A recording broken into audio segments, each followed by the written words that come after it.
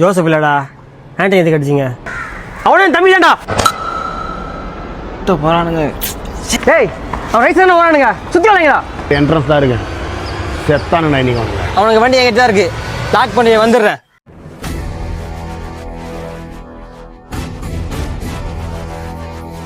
டேய் தம்பிங்களா, நீங்களா என்னடா இப்படி தலைதறி ஓடிட்டு இருக்கீங்க?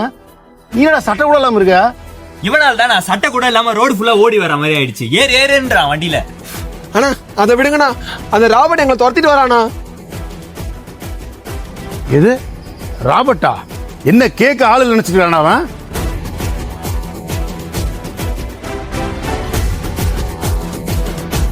அம்மா அவன் உங்களை துரத்தான்? என்னடா ப்ராப்ளம்? அவன் கூட இருக்க ஆளை ஆண்டனின்னு ஒருத்தனை அடிச்சிட்டோம். அதுக்குதான் சொல்றேன்.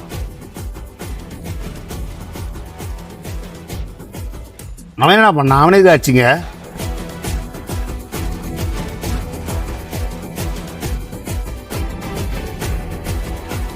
இதுதானே நடந்தது.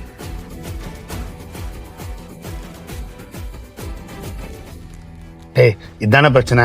அண்ணன் சொல்றீங்களே, இனிமே இது உங்க பிரச்சனை இல்ல, அண்ணன் பிரச்சனை. நான் பாத்துக்கிறேன் சரியா? முதல்ல நம்ம இந்த ஏரியாவை காலி பண்ணுவோம், நம்ம ஏரியாவுக்கு போயிடுவோம்.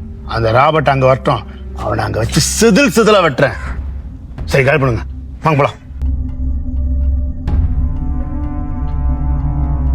இல்லைண்ணா போலாம் தான். நாங்கள் ஜனநாயகன் படத்துக்கு டிக்கெட் வேற எடுத்து வச்சிருக்கோண்ணா, FDFS.